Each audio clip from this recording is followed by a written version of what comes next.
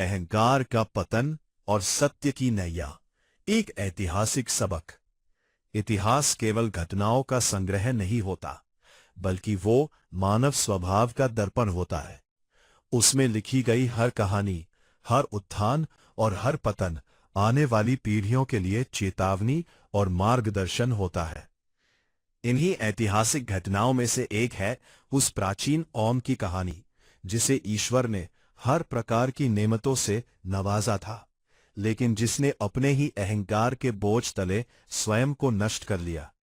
नेमतों से भरी एक सभ्यता। बहुत पुराने समय की बात है। धरती का एक हिस्सा ऐसा था जहां हरियाली अपनी पूरी शान में थी। वहां की मिट्टी सोना उगलती थी, नदियां दूध और शहद की तरह बहती प्रतीत होती थी। लोग ताकतवर शरीर वाले, लंबे कद के और स्वस्थ थे। उनके पास पर्याप्त भोजन, पशुधन, खेत खलिहान और आराम की सारी सुविधाएं थीं। ईश्वर ने उन्हें ना तो भूकंप से डराया, ना सूखे से, ना अकाल से। वे शांति और समृद्धि में जी रहे थे। उनके पूर्वज नेक दिल, ईश्वर से डरने वाले और सत्य के मार्ग पर चलने वाले लोग थे। पर जैसे जैसे समय बीतता गया, पीढ़ियां बदली और इंसानों के दिलों में धीरे धीरे एक जहर घुलने लगा। अहंकार का जहर। शुरुआत बहुत मासूम सी थी। लोगों ने अपने नेक पूर्वजों की याद में उनकी मूर्तियां बनाई। पहले वे केवल यादगार थी, एक प्रेरणा कि कभी ऐसे भी लोग थे जो ईश्वर से डरते थे और न्याय के मार्ग पर चलते थे। लेकिन समय के साथ कहानी बदल गई। नई पीढ़ी ने अपने बड़ों से सुना कि ये मूर्तियां महान लोगों की हैं, जिनकी वजह से उन्हें समृद्धि मिली। धीरे धीरे श्रद्धा ने अंधभक्ति का रूप ले लिया। मूर्तियों के सामने सिर झुकने लगे, उनसे मन्नतें मांगी जाने लगी। अब वे ये भूल चुके थे कि सृजनकर्ता केवल एक है और वही हर शक्ति का स्रोत है। ये वही क्षण था जब शिर्क, बहुदेववाद उनके समाज की जड़ों में उतर चुका था। एक रहनुमा का आगमन। ऐसे ही अंधकारपूर्ण समय में ईश्वर ने अपनी दया से उस कौम के बीच एक पैगंबर भेजा, हजरत नूह अलैहिस्सलाम। वे न तो राजा थे न अमीर, वे उन्हीं में से एक थे, सादा जीवन, साफ दिल और सच्ची नीयत वाले इंसान। नूह आसे ने अपने मिशन की शुरुआत बहुत नरमी से की। वे किसी पर जोर नहीं डालते थे।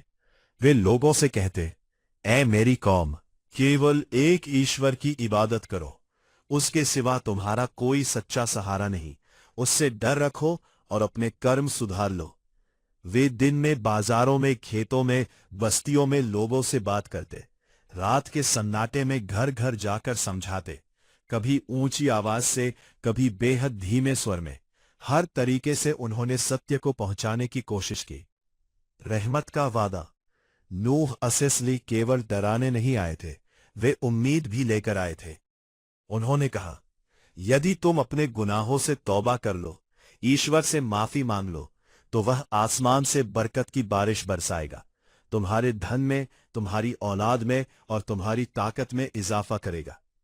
यह संदेश दया और करुणा से भरा था, लेकिन अहंकार से भरे दिलों में ये बात उतरनी मुश्किल थी। अहंकारियों का उपहास।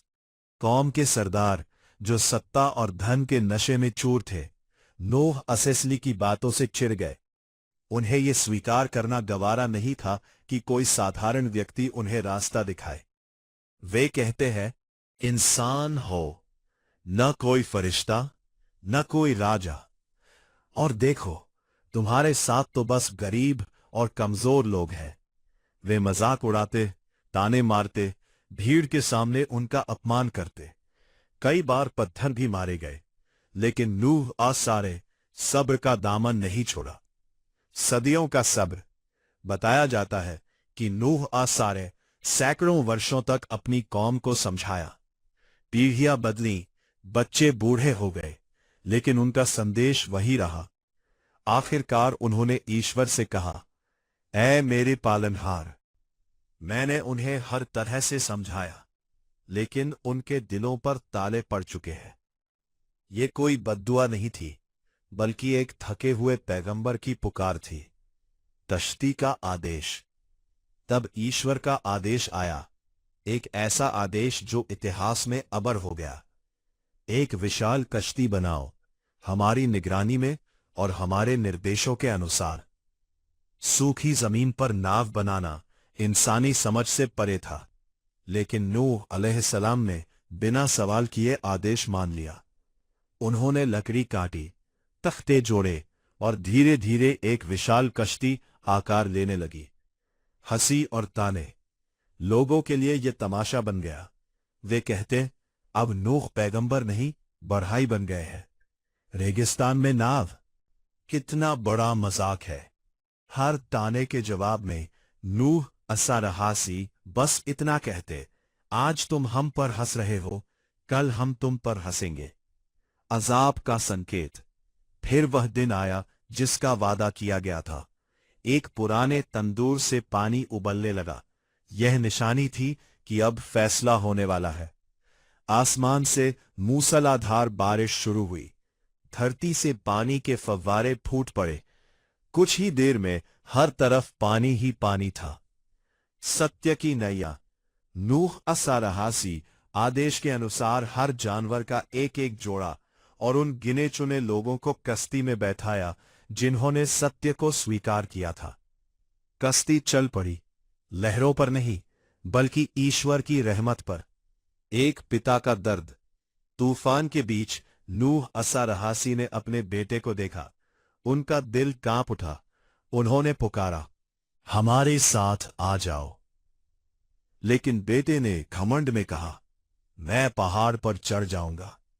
नूह अस्सी की आंखों में आंसू थे। आज कोई पहाड़ काम नहीं आएगा। एक विशाल लहर उठी और सब कुछ समाप्त हो गया। नई शुरुआत। जब पानी थमा, कश्ती जुड़ी पर्वत पर ठहरी। धरती फिर सांस लेने लगी। बुराई मिट चुकी थी, सत्य बच गया था। आज के लिए संदेश। यह कहानी आज भी उतनी ही सजीव है। आज मूर्तियां पत्थर की नहीं, अहंकार, पैसा और ताकत की है। नूह अस्सी की कश्ती आज भी मौजूद है। सत्य, तौबा, इंसानियत और विनम्रता के रूप में। जो उस पर सवार हो गया वह बच गया।